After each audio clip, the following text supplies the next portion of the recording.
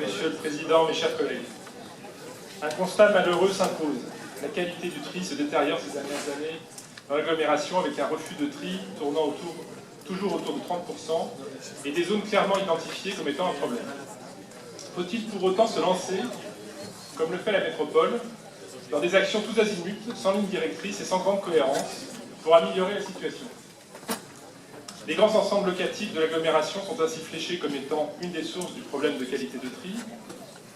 Autant la délibération 3107 portant sur une subvention envers un bailleur social d'inacité nous semble pertinente, car les actions en faveur du tri sont concrètes et bien détaillées, autant la délibération 3108 pour subventionner la société Yo-Yo nous semble très légère. Pas d'objectif chiffré pour la société Yo-Yo, mais des distributions de récompenses pour les meilleurs habitants, trieurs, et pour leurs coachs, sous forme de bons de réduction, ou d'accès gratuit à des équipements sportifs ou culturels. Nous avions déjà voté contre cette subvention il y a 2 ans, et force est de constater que nous avions raison d'avoir des doutes. L'intérêt de ce rapport n'est pas dans le texte de la délibération qui nous est proposé, mais dans la convention jointe en annexe. En effet, on y apprend, je cite, « Après 2 années d'expérimentation sur 2 territoires situés dans le 9e arrondissement, la Duchère et Saint-Rambert, le bénéficiaire va étendre son action à de nouveaux quartiers définis en concertation avec la métropole de Lyon. En effet, la première phase de l'expérimentation ne permet pas une mesure optimale de l'efficacité de la démarche.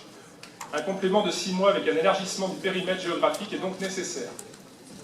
Comme si un quartier comme la Duchère n'était pas assez grand pour tester ce genre de dispositif.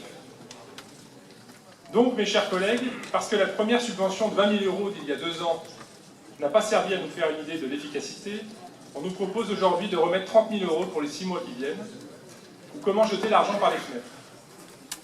Dans notre enceinte, on entend souvent la majorité expliquer les efforts incommensurables pour tenter de faire baisser les dépenses de fonctionnement, et cela sans jamais y arriver.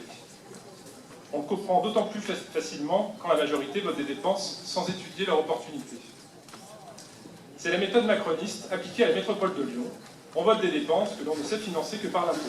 Alors je dis la méthode macroniste, mais en fait, depuis quelques temps, et particulièrement aujourd'hui, j'ai du mal à définir le périmètre de ce qu'est le macronisme, en tout cas dans l'agglomération.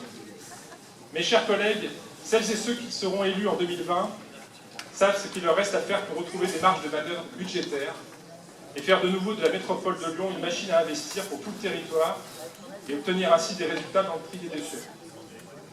Il est assez cocasse d'entendre des membres de l'exécutif, et voire même futurs candidats, parler dans la presse de tous les investissements qu'ils feront après 2020, alors qu'ils gèrent déjà cette maison depuis des lustres.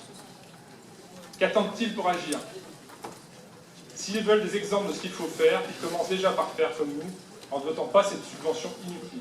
Je vous remercie.